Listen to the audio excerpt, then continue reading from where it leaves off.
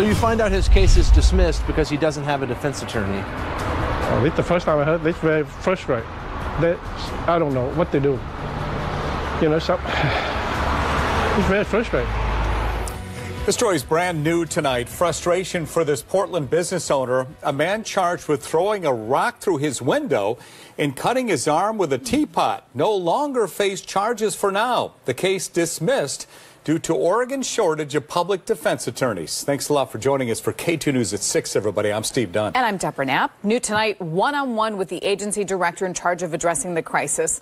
K2 investigator Wright Gasway's live force in Northeast Portland with the story. So, Wright, the restaurant owner didn't know the case against the suspect had been dismissed until you told him. He had no idea, but he's had to do what so many business owners in Portland have had to do. He boarded up his windows on the side of his building, but also the front of his restaurant. He's had to board up them as well. He replaced the doors with plexiglass. He says this is all money coming out of his pocket when he's just trying to run a business here. Frustrating but necessary steps, he says, to stay open. So your cameras showed him. He threw the rock right here. Thu Nguyen experienced something so many business owners deal with. His cameras captured a man throw a rock through the front window at his East Portland Vietnamese restaurant last October. The man just kept walking. When you see that, how frustrating? It's very frustrating, you know. We just try to be normal, every day normal, running the business. Nguyen says the same man came back 10 days later. Here he is walking in. Cameras show him sit at the bar and then swat something in Nguyen's direction. He confronted me at the bartender when I worked on that day. He slapped the teapot at me, cut my hand.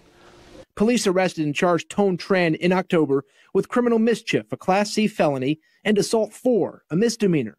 However, a judge signed a dismissal order on January 6th, citing a lack of attorney. His case was dismissed because he does not have a defense attorney. This is the first time I heard about it, you know. I have no idea about this. Is it frustrating? Very, very frustrating. He keeps coming back here after that, and I don't know what to do. Tran's case is one of dozens dismissed over the last 2 years for the same reason. In fact, the Multnomah County DA's office says judges dismissed nearly 300 cases between February 2021 and October 2022. Over half were property crimes, mostly car thefts. Nearly 30 were person crimes like robbery and assault. Public defense has been in crisis for a very long time. Jessie Campy is the executive director of the Oregon Public Defense Services. She started in October. The state agency is responsible for managing contracts with public defense firms and others who then provide the public defense. A lot of people do criticize your agency and the state for not addressing a problem that's really been bubbling for a long time. Is that fair? The crisis in public defense has been decades in the making. Why do you think it hasn't gotten attention until right now? For a long time, I think that many people didn't recognize the important role that public defense plays in public safety. Experts say the state needs hundreds more defense attorneys to live up to its constitutional duty to provide legal defense to people charged with crimes. What is your message to crime victims whose cases are being impacted because of this shortage? What commitment do you make to them to fix the problem? Public defense is an integral part of the public safety system, and in order to create public safety in Oregon that works for all persons, including for victims of crime, we need to have a strong and stable public defense system. Campy says state lawmakers need to give her agency funding to stabilize the current workforce so it can add capacity. Recent investments from the legislature have added about 40 attorney positions statewide. Remember what I said about Tran's charge? It was a Class C felony, the lowest level felony. Here's how Campy says attrition impacts those cases. Most people that are doing that work are practicing for a couple of years. So at the same time that we're seeing a spike in the folks that need that Class C felony representation, we've been losing public defenders at that 2 to 3 year mark for a very long time. For decades, public defenders have been leaving 2 to 3 years into their career.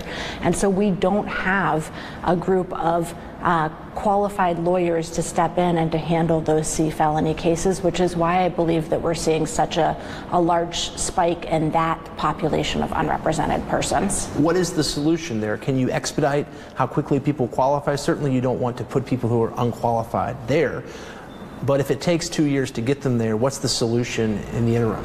Well, the shortest path to get there is 9 months, and we're really thankful that a large number of new misdemeanor qualified lawyers came into public defense in October of 2022. Those lawyers will be qualified to handle minor felony cases by July of 2023. Until then, it means victims like Nguyen will be left waiting. You would like him to have an attorney so that he could go through the court process? Yeah, sure. He have to go face the law, find out why he doing that.